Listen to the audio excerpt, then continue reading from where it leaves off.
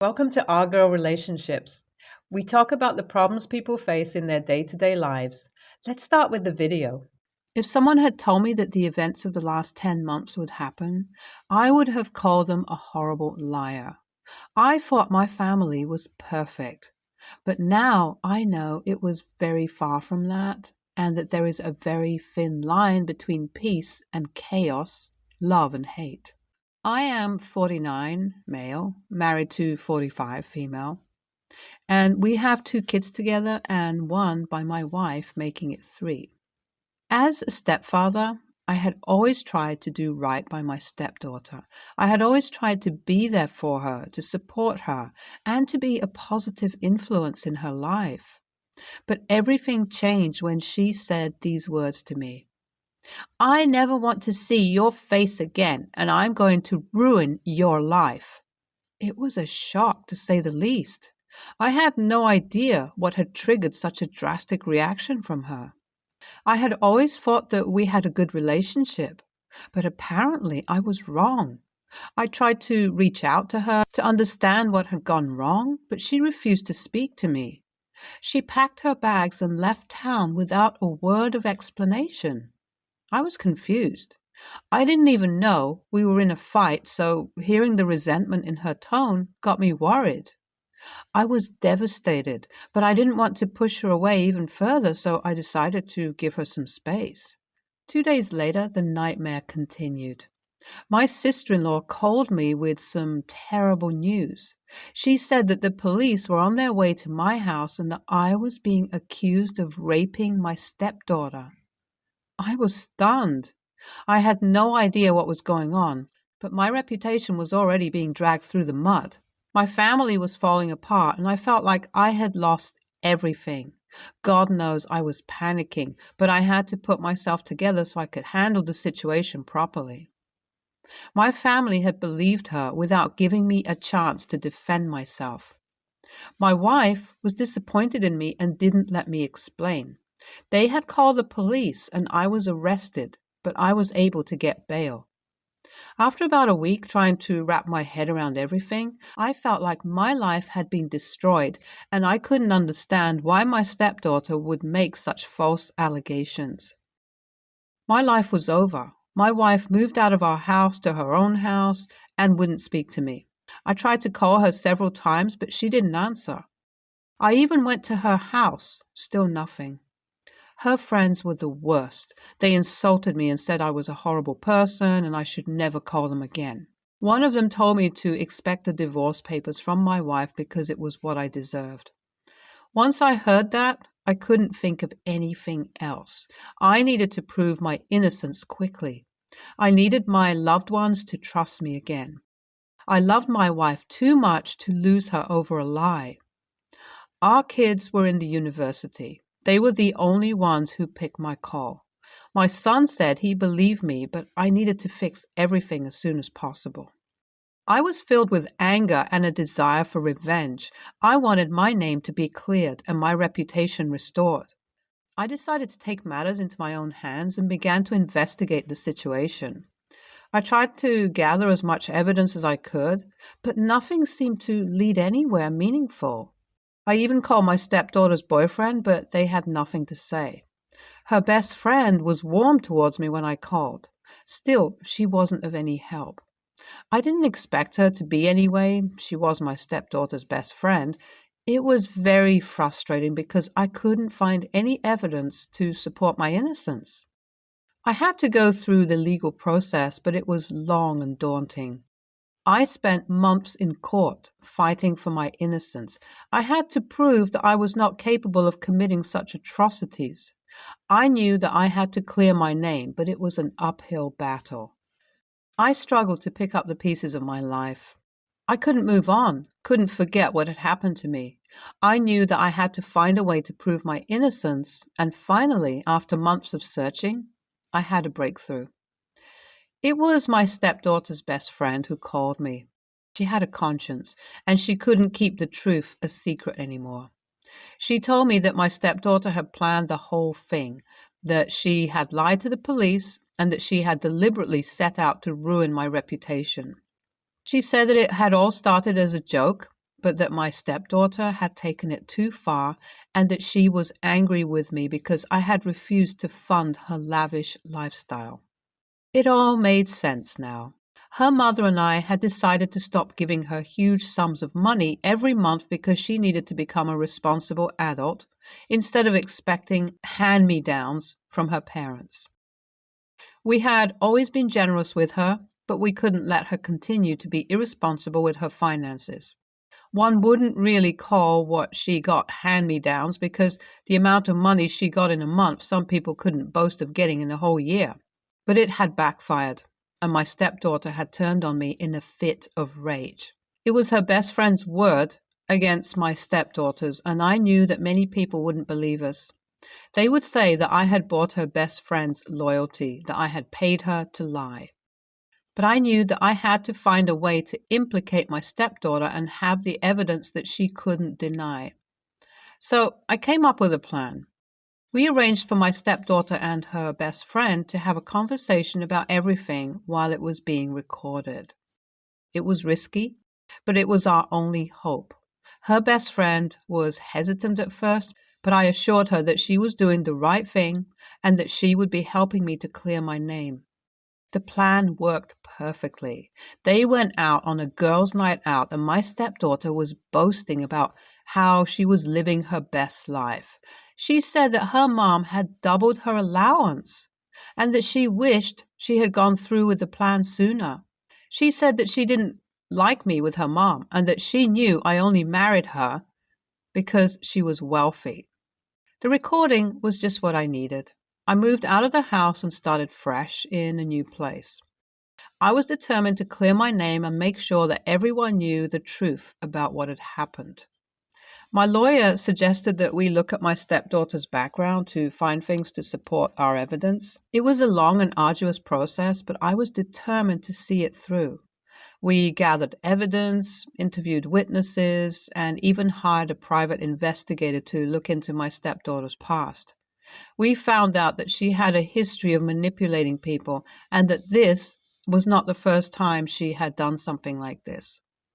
We had a strong case and we were ready to take it to court. The day of the trial arrived and I was a bundle of nerves. I didn't know what to expect, but I knew that I had to stay strong. The courtroom was packed with people, including my stepdaughter's friends and my family. I could see the disdain in their eyes as I walked in. I knew that they still believed that I was guilty and that they were only there to support Sarah. My heart broke when I saw my wife. She clearly didn't believe me and hated me for what she thought I had done to her daughter. The trial began and it was intense. The prosecution presented their case and it was clear that they were going to do everything in their power to paint me as the villain. But I had my own team of lawyers who were determined to prove my innocence. They presented evidence, witness statements, and even the recording that my stepdaughter's best friend had made. It was clear that she had planned everything and that she had used her best friend to do her dirty work. The jury deliberated for hours, and when they finally returned with the verdict, I held my breath. "We find the defendant not guilty," the judge said, and I let out a sigh of relief. I had been cleared of all charges and my name had been cleared. I looked over at my stepdaughter and her family and I could see the shock and disappointment in their faces. They had lost and I had won. I didn't feel victorious, though. I had lost my family, my wife, and my reputation, all because of lies and manipulation.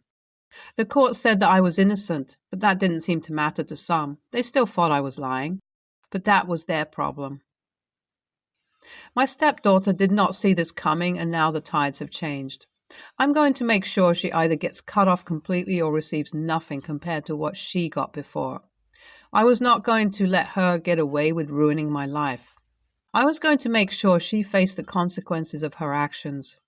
Her mother was furious, but even more than that, she was hurt. She couldn't believe that her daughter was capable of doing such a thing. I could tell that she was ashamed for not believing me, and she came to apologize, but things had changed. We couldn't just go back to normal like nothing had happened. I had lost my trust in her and I had no faith in our relationship. It took me a while to admit it, but I guess my stepdaughter was the one who won because she had broken our marriage.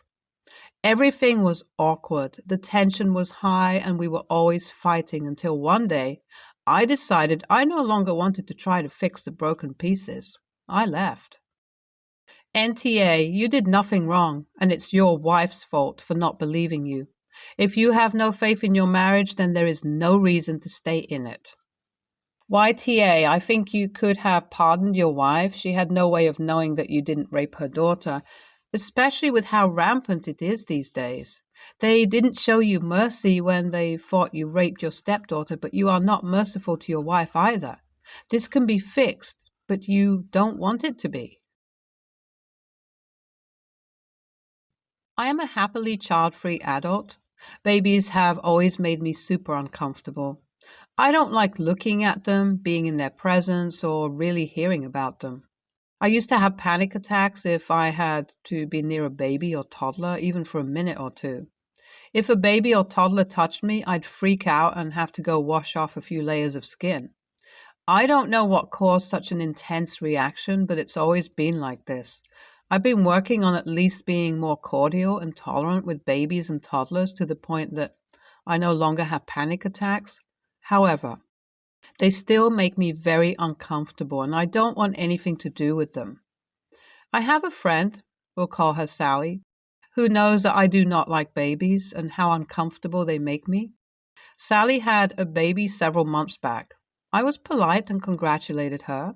Ever since, every so often, she'll randomly message me about her baby. She'll start with, "I know you don't like babies, but..." and then send pictures of her baby, tell me about toys or clothes she bought for her baby, etc. I usually reply in brief messages like, "nice," or "okay," and leave it at that. I don't want to be mean, so I just give a minimal response. I delete photos immediately, usually our conversations too, because I'm not interested. Sally and I are not, nor have we ever been, close friends. Recently, Sally posted in a group chat we're both in, asking for people's addresses if they want to receive a Christmas card from her baby. That's how she worded it. I figured if I didn't fill out the document, that would be an easy, non-confrontational way to ensure I would not be receiving baby pictures in the mail. Unfortunately, Sally messaged me privately today asking for my address so she could send a Christmas card. So my silent opt-out is no longer an option. Will I be the a-hole if I tell her I don't want a Christmas card from her baby and to please stop sending me photos and updates about said baby? YWBTA. You don't even need to open the card. Use tongs to take it out of the mailbox and drop it immediately in the garbage. Sally is being a little too obtuse about sharing her baby excitement, but this, literally and figuratively, is life. Sally could be lonely and struggling with the change of having a baby. Everyone has issues. It won't harm you at all to be polite about mail. Next time Sally messages you something about the baby, ask how she's doing. Sally, not the baby. She could just be looking for dialogue with an adult, and baby on the brain has limited the topics she can think of. That could be a win-win for you both. If OP was afraid of snakes or spiders and someone insisting on exposing her to them constantly, would you be so dismissive? "Oh, I know, you have a phobia of spiders. Let me send you these pictures of my new pet tarantula. He is so cute." OP is polite and tries to be non-confrontational about her fears. She is making progress and getting help.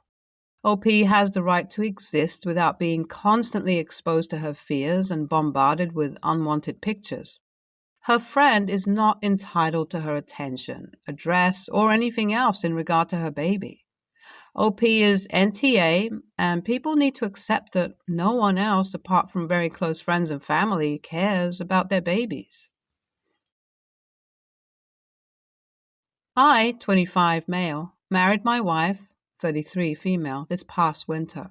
We have 2 kids together, 45 and 18 months. I work full-time, but my wife's a stay-at-home mom. The reason I mention this is that my wife has never had many friends. And by many, I mean she's had a max of 4 at a time in the years I've known her. The one friend she's always had, Kayla, 35 female, she's known for 20 years. She's 7 hours from us. Her other friends also have kids around the same age as our daughter. They are Cody, 28 female, and Casey, 35 female. They met as the kids have the same key worker at the daycare. Kayla was supposed to be my wife's maid of honor, but she got multiple trips to urgent care, sick 2 weeks before the wedding. Eventually, we said it was best if Kayla skipped it.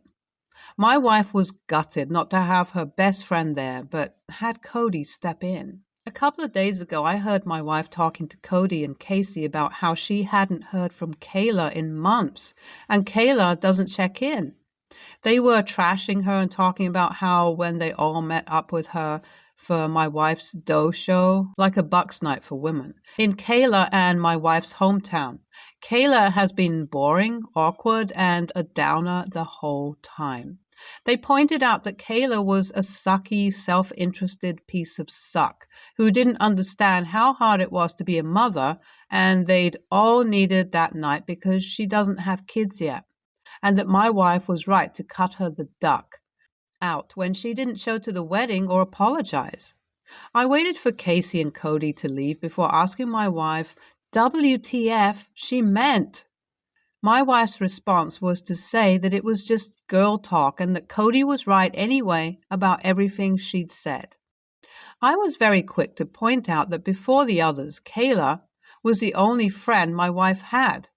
She bent over backwards for my wife and my daughter and would often drop whatever she was doing to drive down in a babysitting emergency or if she just had time. I reminded her that it wasn't practical for Kayla to take off work and drive 6+ hours for silly wedding tasks, and that she probably felt completely alienated in her own home on my wife's dough show, because I know for a fact that the only thing my wife, Casey, and Cody have in common is their kids. So it wouldn't surprise me if that was all they talked about. She desperately wants to be like C&C, just to have people around her. So I get it. I finished pointing out how ducked up it was for my wife to agree that Kayla doesn't understand because she's not a mother, when she was there through Kayla losing 3 babies, and telling her that it's her own fault that Kayla doesn't want anything to do with her anymore because she is the sucky, self-centered friend, not Kayla. My wife didn't respond. She immediately burst into tears, packed a bag, and left. Everyone is texting and calling me. I'm an a-hole and I need to apologize. But I think it was the reality check my wife needed. AITA? I'm using duckling, because those were the actual words used since both girls had their kids over and they don't like to curse in front of them. My age gap marriage is not the point of this post. Unfortunately, NTA. I think everyone is allowed to have a perspective, and I actually think you communicated respectfully. Your wife, on the other hand, seems to be the AH for leaving and then obviously trying to get others to harass you.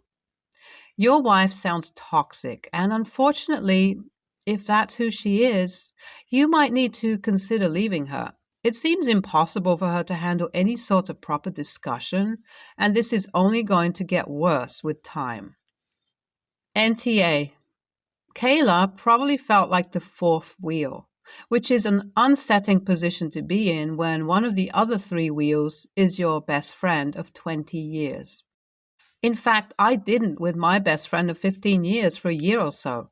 She eventually reached out when she realized those 2 girls were not good people. One of them wound up talking shit about her in a group text instead of a private one.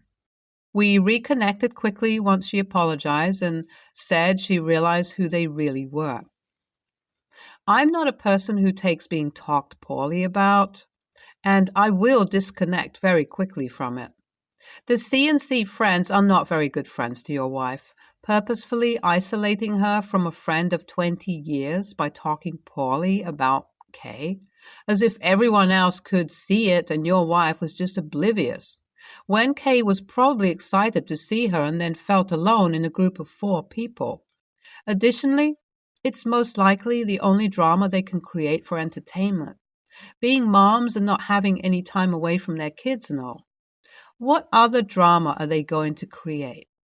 Their pediatrician told them their kid needs speech therapy? The preschool drop-off line was super slow? I don't know. Sounds like her other 2 friends are just rude and bored.